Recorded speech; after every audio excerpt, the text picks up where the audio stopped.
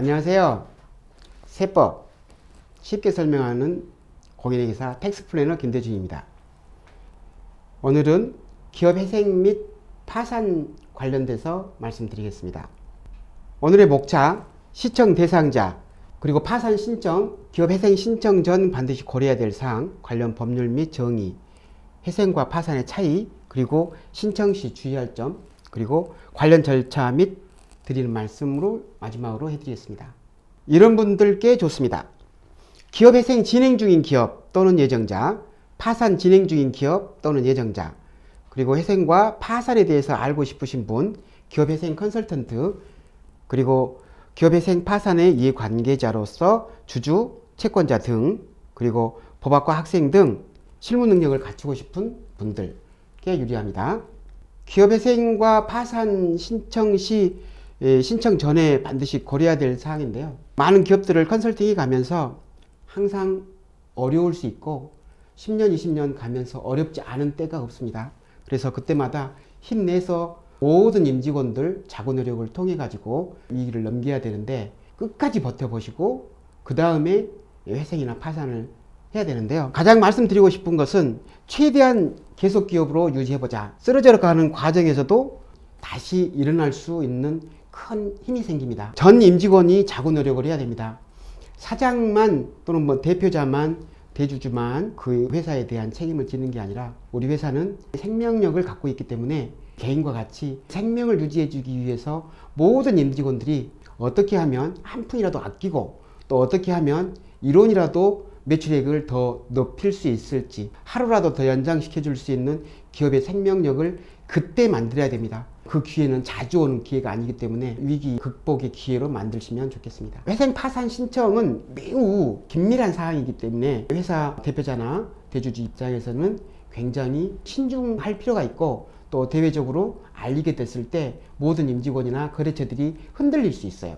그러면 안정된 그동안의 영업 기반들이라든가 임직원의 근무 환경도 사실 흔들릴 수 있어서 미리 자문들도 잘 받고 스케줄을 잘 잡으셔야 됩니다. 그래서 누구나 관계된 분들은 비밀 엄수를 철저하게 지키셔야 돼요. 회생과 파산 신청을 하게 되면 많은 대표자님들, 그리고 법인 등기이사, 그리고 등기이사가 아니라도 책임 있는 임원들은 법인 이사 등의 책임이라 그래가지고 경영부실 책임을 이유로 해서 검찰이 고발돼가지고 형사 구속되지 않을까라는 그런 염려들을 많이 하게 됩니다.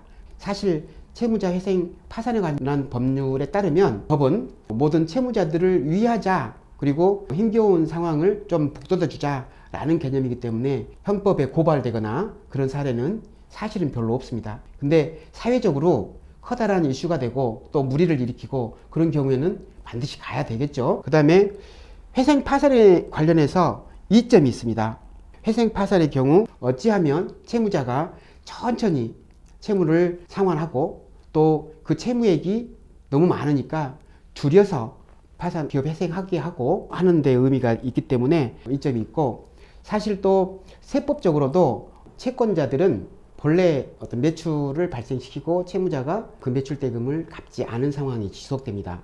채권자는 국가에 부가가치세를 납부를 했는데도 불구하고 계속 회수를 못한 결과가 된 거예요.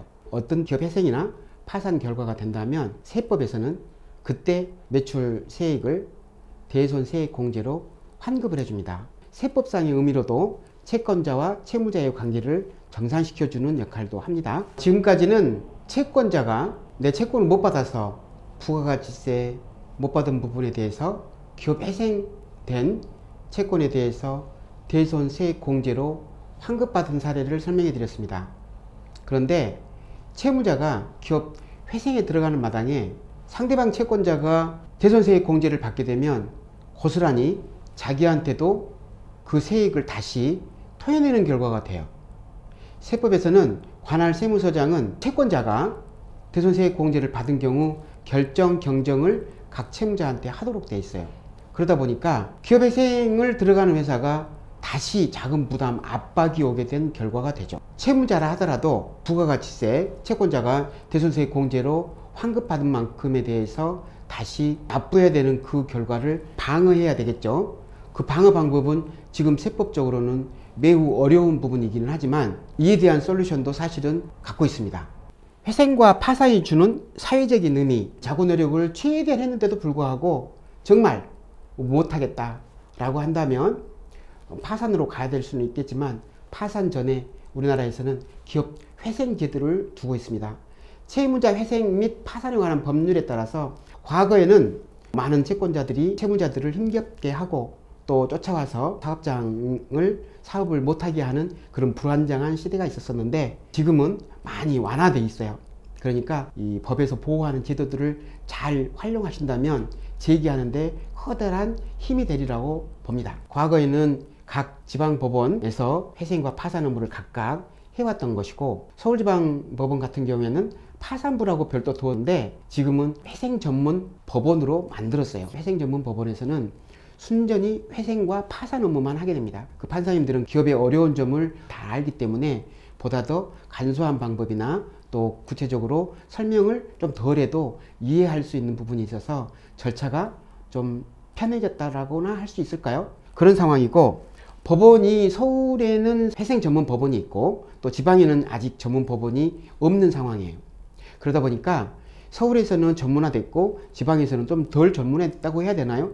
모든 판사님들이 업무 실행을 해가면서 준비하는 자료라든가 요구되는 자료가 절차상 다소 차이가 있습니다. 그런 점 이해하시고 사전 준비 잘 하셔서 어떤 법원에다가 제출해야 될까, 이런 것들도 사실 신중하게 고민할 필요가 있죠. 제 경험상으로는 모 지방법원에서 하다가 너무 어려워서 서울 지방법원으로 옮긴 경우도 있었어요.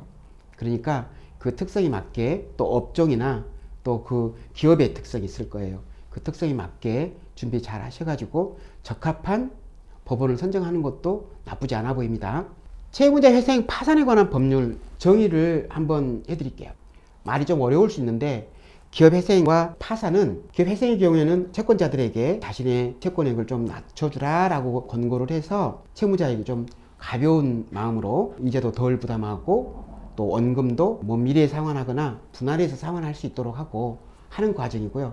파산은 앞으로 회사가 계속 용속하기 힘들다라고 하면 자녀 재산을 공평하게 나머지 채권자들한테 분배하는 과정이라고 생각하시면 됩니다. 기업 회생과 파산의 차이점에 대해서는 크게 나눠집니다.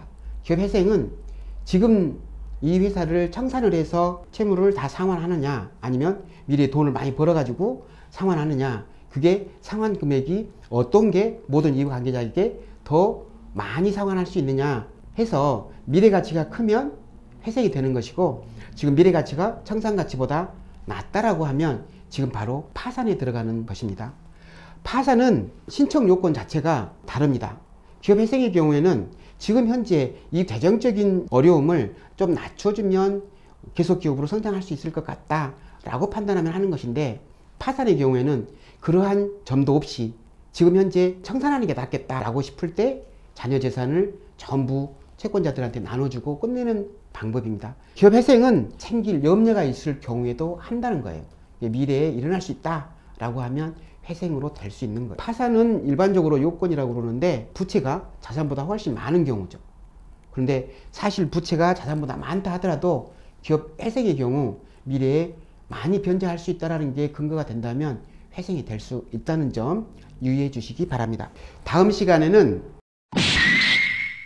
그 중에서 가장 중요한 전문가가 회계사입니다. 회생을 판단하는 데 있어서 그 가치 결정을 전부 고인회계사가 하는 거예요. 회생 절차를 진행하는 과정에서 어떻게 하면 채무자의 재산을 보호하거나 대주주의 재산을 보호하고, 다음 시간에 뵙겠습니다.